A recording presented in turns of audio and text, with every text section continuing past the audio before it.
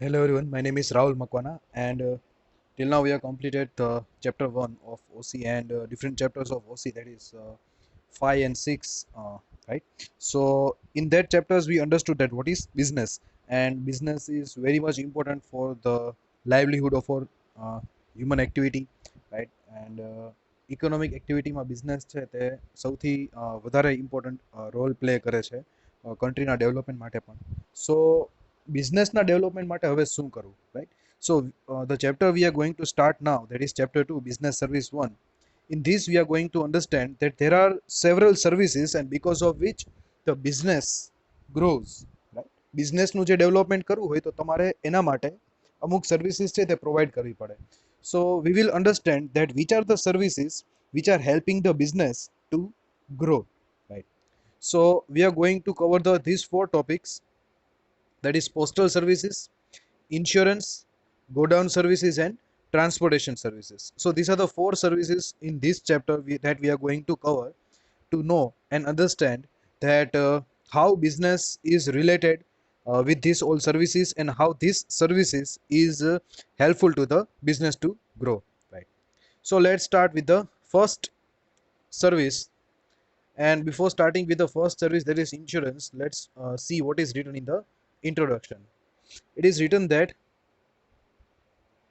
there is rise in the facilities and convenience due to services. મતલબ બિઝનેસમાં ઘણી બધી ફેસિલિટીઝ થઈ ગઈ છે, એન્ડ કન્વિનિયન્સ મતલબ કે you know advantages and we can say that સગવડતાઓ ઘણી બધી થઈ ગઈ છે, right?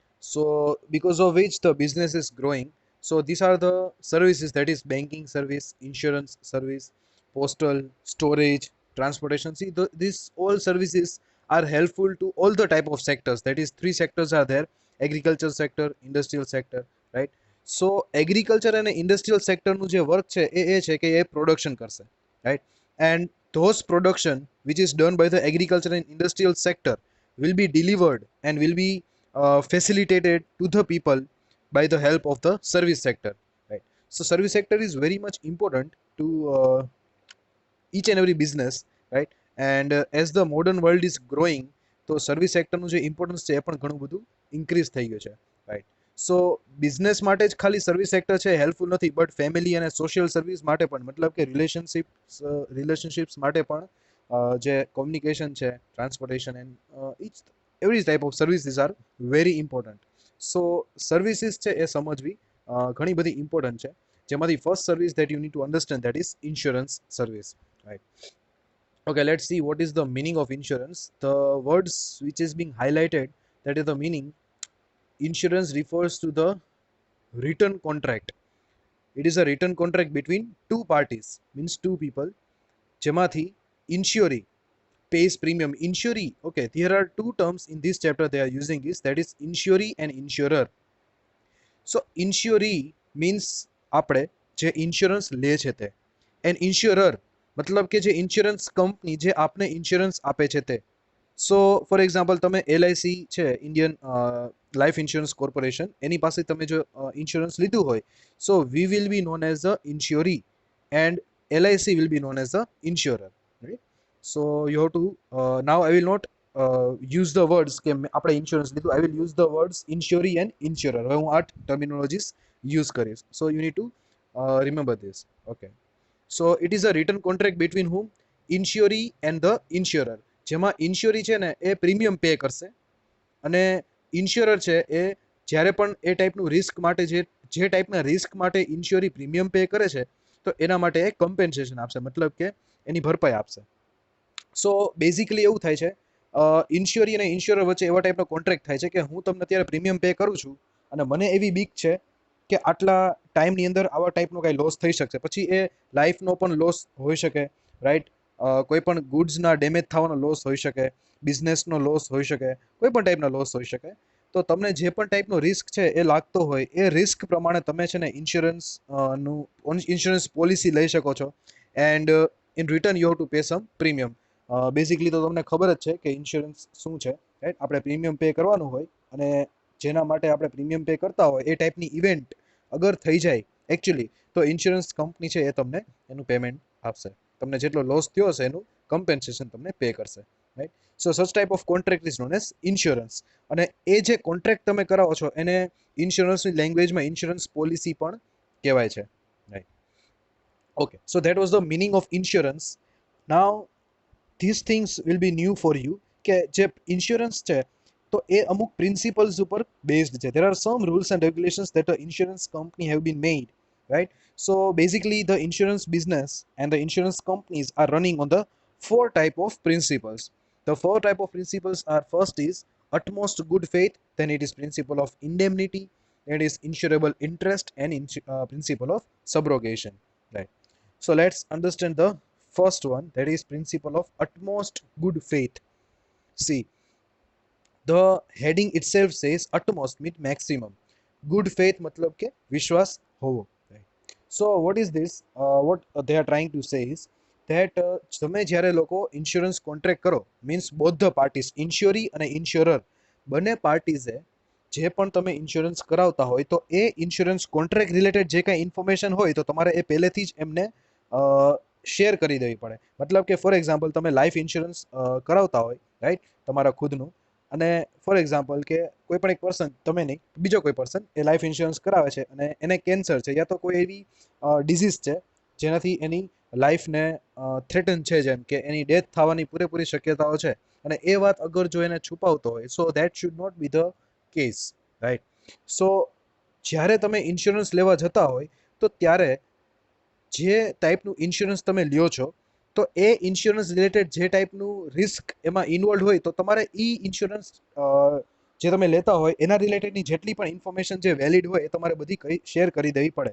પછી ભલે તમને પૂછ્યું ના હોય કંપનીવાળાએ, પણ still you have to disclose all those information which is related to the insurance policy. અને same rule apply to the insurer also, મતલબ ઇન્સ્યોરરે પણ જે પણ ઇન્ફોર્મેશન હોય એ કોન્ટ્રાક્ટ રિલેટેડ એ બધી તમને શેર કરવી પડે, રાઈટ.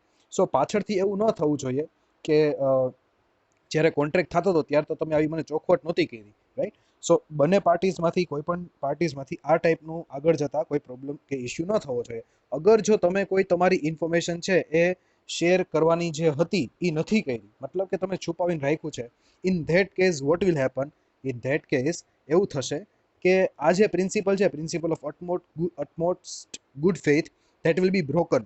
મતલબ કે આ જે પોલિસી તમે જે લીધી છે ને, that will be considered as void, મતલબ કે એ ઇનવેલિડ ગણાશે, અને તમને કોઈ પણ ટાઈપનું એમાંથી કમ્પેન્સેશન પણ નહીં મળે, અને તમે જેટલા પ્રીમિયમ પે કર્યા છે એ પણ તમારા જશે, right. So you will be in total loss. So that is the first principal, કે તમે જ્યારે કોન્ટ્રાક્ટ કરતા હોય અને એના રિલેટેડની જેટલી પણ ઇન્ફોર્મેશન જે રેલેવન્ટ હોય, you have to share and disclose those information, right? Okay, the second principle is principle of indemnity. Principle of indemnity એવું કે છે કે તમે, મતલબ કે ઇન્શ્યોરી, સો ઇન્શ્યોરી જે પણ ટાઈપનો પોલિસી પરચેસ કરે છે ઇન્સ્યોરન્સ કંપની પાસેથી, તો ઇન્સ્યોરન્સ કંપની ઇન્શ્યોરીને એટલું જ પેમેન્ટ આપશે જેટલો એને એકચ્યુઅલ લોસ થયો હોય, રાઈટ. એટલી પોલિસીના અમાઉન્ટ નહીં આપે જેટલી, મતલબ કે એટલા મની તમને નહીં મળે જેટલી તમે પોલિસી લીધી હોય. મીન્સ કે તમે માની લો કે કોઈ પણ પ્રોડક્ટ્સ છે, તમારું ગોડાઉનમાં ગુડ્સ પડ્યા છે, તમે એની પોલિસી લીધી છે, 5 lakhsની પોલિસી લીધી છે, રાઈટ, એન્ડ તમને ગુડ્સ ડિસ્ટ્રોય થયા છે 3 lakhsના. So you can't demand 5 lakh rupees from the insurance company because your actual loss is 3 lakh rupees. So you will get 3 lakhs rupees as the compensation for the loss, right? So એ principle of indemnity એવું કહે છે કે કોઈ પણ ઇન્સ્યોરી છે એ earn કરીને ન જવો જોઈએ, એને પ્રોફિટ ન થવો જોઈએ ઇન્સ્યોરન્સ લેવાથી, રાઈટ. એનો જેટલો લોસ હોય એનું કમ્પેન્સેશન જ મળવું જોઈએ એને, બટ એને પ્રોફિટ ન થવો જોઈએ. That is the principle of indemnity, right. It is further explained with the example. Let's see. See, there are three situations that is given, right? First situation is કે એક પર્સન છે and that person has purchased the policy of 3 lakh rupees. Original value ગુડ્સના છે 5 lakhs, but એને policy લીધી છે 3 lakhsની, and ગુડ્સનું કમ્પ્લીટ લોસ થઈ ગયો, મતલબ 5 lakhsના ગુડ્સ છે અને 5 lakhsના ગુડ્સનો કમ્પ્લીટ ડિસ્ટ્રોય થઈ ગયો. So he will not get 5 lakh rupees. Though his loss is 5 lakhs, but he will not get 5 lakh rupees because he has purchased the policy of only 3 lakh rupees. So the insuree will only get maximum 3 lakh rupees as a compensation. Right.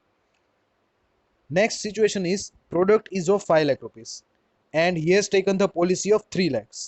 મતલબ કે 5 lakhsની product છે અને એણે 60% પ્રોડક્ટનું insurance લીધું છે. And માની લ્યો કે C and if the product is partially damage which is estimated at 2 lakhs. મતલબ કે એને ડેમેજ થયું છે 2 lakhs એસ્ટિમેટેડ, રાઈટ. 5 લાખના ગુડ્સમાંથી ખાલી 2 લાખના ગુડ્સ છે એમાં જ ડેમેજ થયું છે. સો હિયર 5 lakh ના 3 lakh 5 lakhs 3 lakhs means 60% insurance લીધું છે. ધેરફોર 2 lakhsના ડેમેજ થવાથી he will get 60% of 2 lakhs, that is 1,20,000 only, right? સો એમાં એ લોકો પ્રોપોર્શનેટ બેઝ ઉપરથી ડિસાઇડ કરશે કે તમે 60% ઇન્સ્યોરન્સ લીધું હોય ગુડ્સનું તો અમે પણ તમને 60% આપશી. તમે જો 100% ઇન્સ્યોરન્સ લીધું હોય તો અમે તમને 100% આપશી. સો they will do in that way, right? So A loss કેટલો ગુડ્સ છે, તમે પોલિસી કેટલી લીધી છે, તમને લોસ કેટલો થયો છે, એ બધાનું કેલ્ક્યુલેશન કરીને જે પ્રોપોર્શનેટ બેઝ ઉપરથી એના રૂલ્સ પ્રમાણે જે કાંઈ તમને મની આપવાના થતા હોય એટલા તમને મળશે, બાકીનું તમારે બેર કરવું પડશે, રાઈટ. સો આમાં સેકન્ડ કેસની અંદર 80,000 rupees will be borne by the insuree, એને સહન કરવા પડશે લોસની. Next see is product is of 5 lakhs, insurance પણ 5 lakhsનું લીધું છે અને કમ્પ્લીટ ડેમેજ થઈ ગયું હોય and if the insurance company is paying you 5 lakhs then it is complete damage. And complete damage થઈ ગયું અને પૂરેપૂરું તમે ઇન્સ્યોરન્સ પોલિસી પણ પરચેસ કરેલી હોય તો તમને પૂરેપૂરું પેમેન્ટ મળી શકે છે. ઓકે, હવે એની સાથે જ હું તમને ફોર્થ કરાવું છું, પછી આપણે થર્ડ જોશી. અમારે પાસે લાસ્ટ જે સી હતું એમાં આપણે એવી વાત કરી 5 lakhની પ્રોડક્ટ છે, માની લો કે 5 lakhsની કાર છે, રાઈટ. અને તમે 5 lakhsનું ઇન્સ્યોરન્સ પણ કરાવ્યું છે અને એક્સિડન્ટમાં તમારી જે કાર છે એનું પૂરેપૂરું ડેમેજ થઈ ગયું છે.